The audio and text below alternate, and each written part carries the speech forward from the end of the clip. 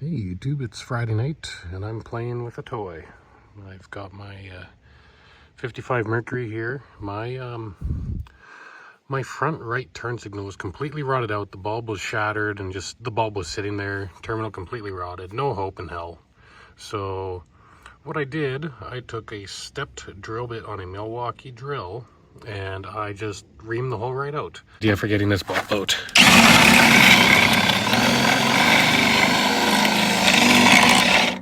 Oh yeah.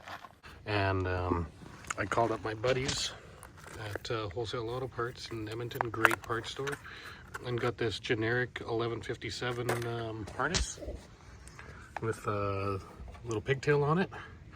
And I did have to modify it because there's some material in the back brace here because there was no hope I was getting the screws that hold this on.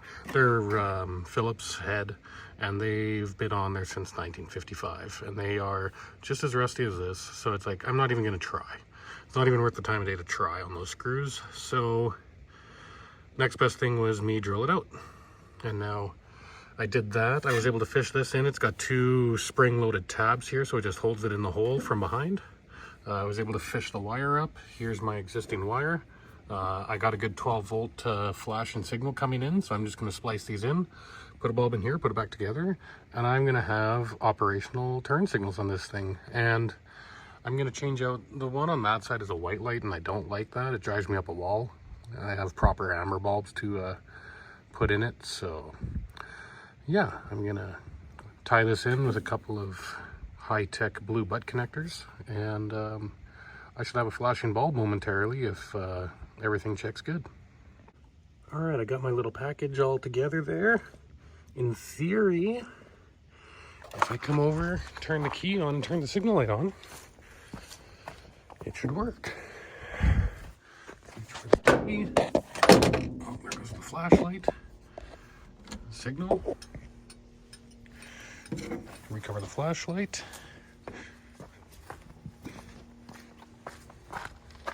Look at that. Beautiful. It's working. And the rear one's going too. Perfect. Awesome. I'm so happy now. Here we go. Well, it wouldn't be a saga unless it was this truck. So most of this truck has been converted to 12 volt. Not all, but most. And while this front signal on the left that worked it was set up for an 1176, which has, if you're familiar with like 1156 versus 1157s, little tabs on the sides of the bulbs that lock it in are in different spots. Well, same thing here. So here's the 1176. Well, it's got two flat prongs. Well, it's almost 9 o'clock now on a Friday night and I don't have 1176s. I have an 1157, and my way to overcome this problem tonight was grind off one of the tabs so that it sits in there. So yeah, don't recommend it, but it's what I'm doing, and it's gonna work. I'm also going to I gotta find where I put it last. I used it on my shotgun last of all things, but it's a corrosion cleaner. You actually get it at like music stores. It's really good for like, you know, pots, so like on volume knobs and whatever, but I want to spray some in here and see if I can soften up some of the garbage in there before I put the new bulb in. But if I can find it, I'm just going to rifle this bulb in. It worked, so I'm not overly concerned, but it would be nice to put a little cleaner down in there and clean it out a bit. So I was able to find it, so this is it here. It's really good.